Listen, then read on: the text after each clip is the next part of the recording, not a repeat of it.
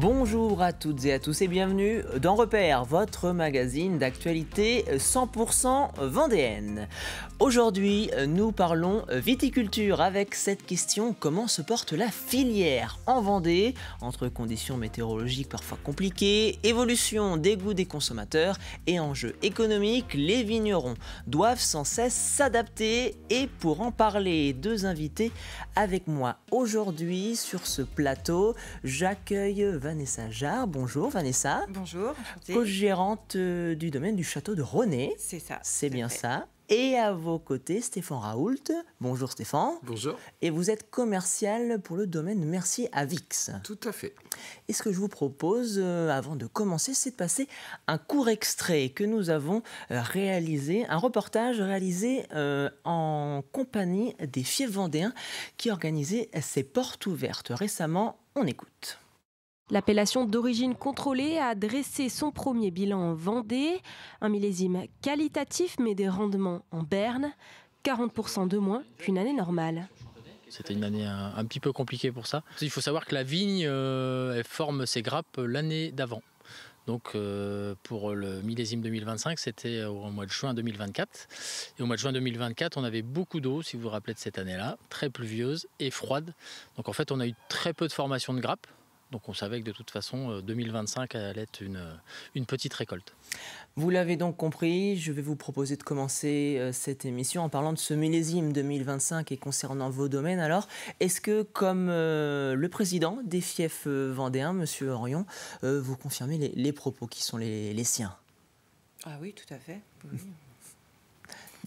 Effectivement, les années suivantes ne se ressemblent pas. On est passé d'un millésime qui était frais 2024, compliqué, à un millésime plutôt solaire, avec, comme le disait donc Vincent Orion, pas d'induction florale, donc un petit peu moins de raisin. Après, on est quand même sur un millésime qui est très qualitatif, et ça c'est déjà une super chose pour nous en tant que vignerons.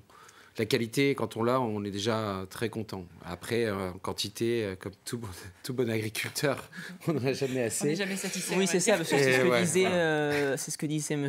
Orion. La qualité semble là, mais la quantité ne semble pas là. Qu'est-ce que ça veut dire, une quantité moins importante pour ce qui s'annonce vous concernant? Ça veut dire tout simplement un petit peu moins de vin disponible sur l'année. Donc ça veut dire tout simplement des possibilités de développement un petit peu plus courtes.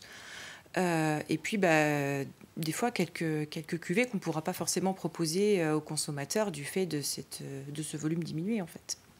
Parlons des vendanges. On en a vu quelques images à l'instant. Les vendanges de cette année, comme les années passées, sont de plus en plus avancées. Si on part d'un référentiel d'il y a peut-être 15 ou 20 ans, partant du début du 21e siècle, c'est quelque chose qui va rentrer dans les habitudes désormais, ces vendanges avancées. On a, je crois, déjà pris l'habitude d'attaquer plus tôt. Là. Cette année, quand même, sur 2025, on a battu un record. Je ne sais pas quand est-ce que tu as commencé, mais nous, au domaine, c'était le 11 août. Le 11 août, on est encore dans la saison commerciale. C'est impressionnant. Et c'est vrai quand on regarde les dates de vendange de ces 10, 15 dernières années, 20 dernières années, c'est impressionnant. Il y a eu un bouleversement. On peut pas nier qu'il y a un réchauffement climatique aujourd'hui, des effets sur le réchauffement climatique. Justement, oui, on en parlera un petit peu plus tard dans cette émission. Le fait que ce soit des vendanges un petit peu avancées, côté main-d'œuvre pour les récoltes, est-ce que ça a posé des soucis? Est-ce que c'est une question à aborder? Parce que comme on est dans une période encore estivale où les saisonniers sont peut-être sur des missions sur la côte, en Vendée, est-ce qu'on arrive quand même à trouver un petit peu de main-d'œuvre pour les vendanges? On arrive toujours à en trouver un petit peu. Quand on a du contact, on arrive toujours à en trouver un petit peu. C'est plus compliqué, mais on arrive toujours à se débrouiller. C'est une chance en Vendée. On a quand même encore des gens qui veulent travailler et qui bossent bien et qui participent. En tout cas, nous, dans le Sud Vendée, oui. On a encore quand même la chance d'avoir des gens motivés pour venir travailler. Si on élargit un petit peu cette discussion, est-ce qu'on peut dresser peut-être un rapide état des lieux de cette filière viticole en Vendée. Vous êtes tous les deux basés du côté de Vix, du côté de René, membres des fiefs vendéens, c'est ça, tous les deux. Peut-être, est-ce qu'il est possible, alors en fonction de vos connaissances sur le secteur, de faire un point à celles et ceux qui ne connaîtraient pas toute la filière viticole vendéenne, ce que nous avons sur le territoire? Aujourd'hui, on a 5 régions en fait qui produisent du vin sur la Vendée. Alors, je parle sur l'AOC principalement. Donc Stéphane qui représente Vix, plutôt Marais Poitevin, si je ne me trompe pas. Voilà, secteur Marais Poitevin pour situer très largement la zone. On a Mareuil qui est plus du côté La Roche-sur-Yon, donc un peu plus centre Vendée. Brême qui est vraiment sur la côte, côté un petit peu au sud des Sables. Et puis on a Chantonnay aussi, dans le bocage. Et également Pissotte qui est au-dessus du côté de Fontenay-le-Comte. Qui sont ces fameux 5 terroirs des fiefs vendéens dont on parle régulièrement. D'autres vignerons qui seraient dans le secteur en Vendée, alors pas peut-être forcément membres des fiefs vendéens, mais qui viendraient s'ajouter à cette profession? Alors effectivement, quand on parle de la filière vin viticulture en Vendée, il y a effectivement cette AOC, fief vendéen, qui rassemble aujourd'hui 13 producteurs, je crois. Oui, c'est ça. 400 hectares à peu près, qui défendent donc un cahier des charges qui est assez strict, avec une production de qualité, un repère pour les consommateurs.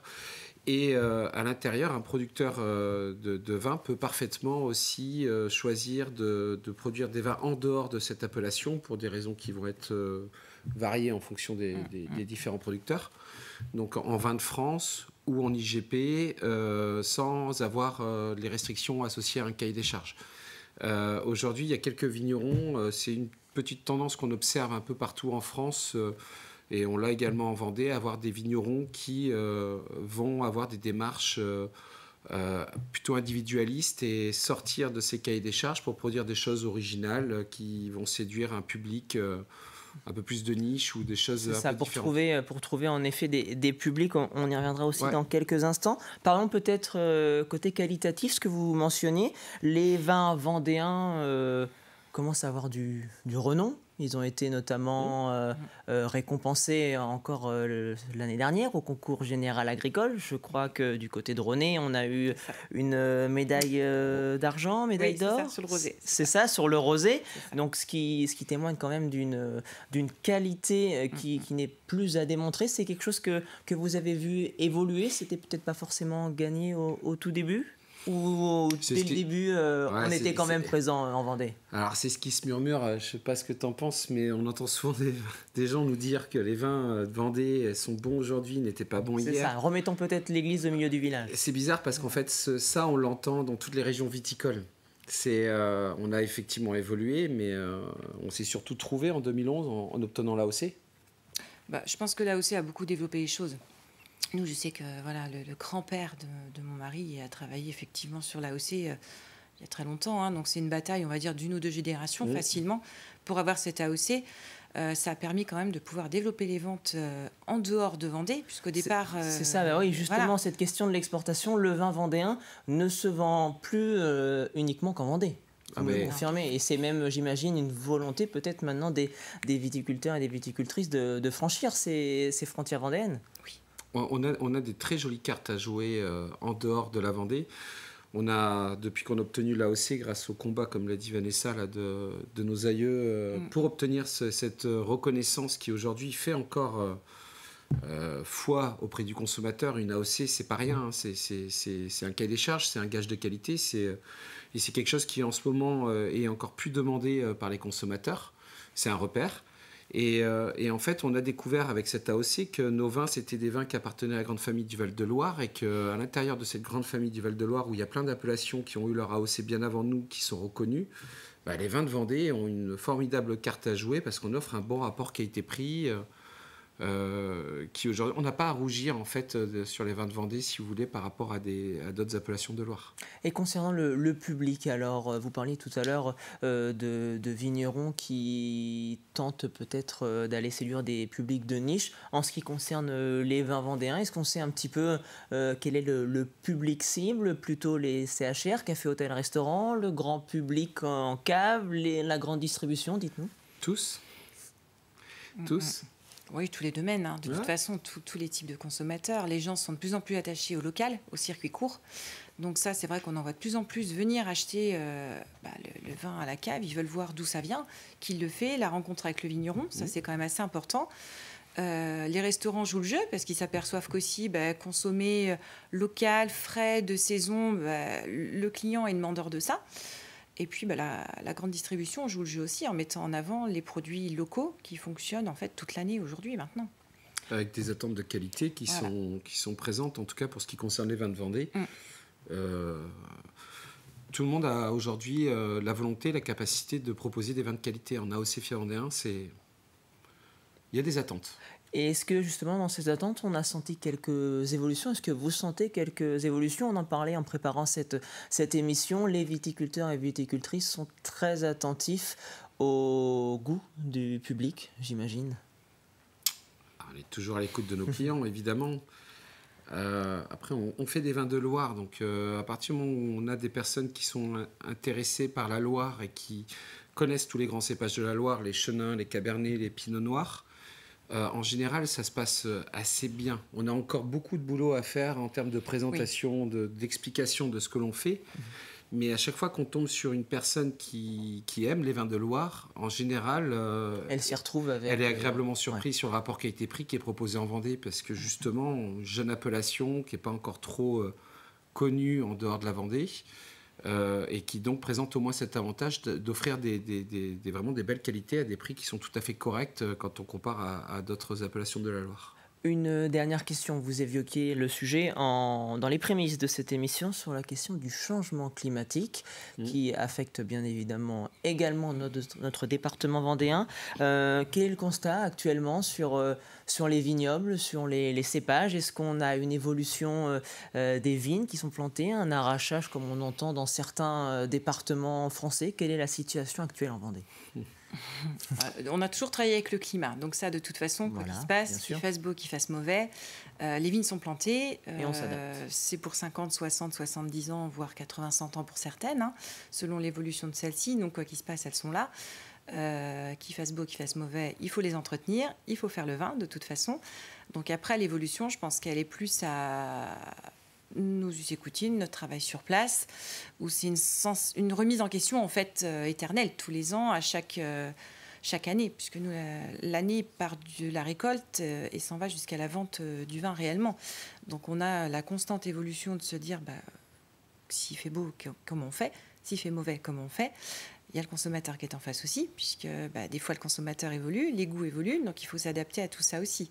Sauf que un pied de vigne, on ne peut pas changer sa nature, on ne peut pas changer ce pourquoi il est fait. Donc c'est une constante adaptation par rapport à tout ça aussi. Donc on est aidé, il y a des recherches, il y a des collaborateurs, des œnologues, des ingénieurs agronomes qui nous accompagnent. Et les choses ne vont pas cesser d'évoluer. On l'a bien compris.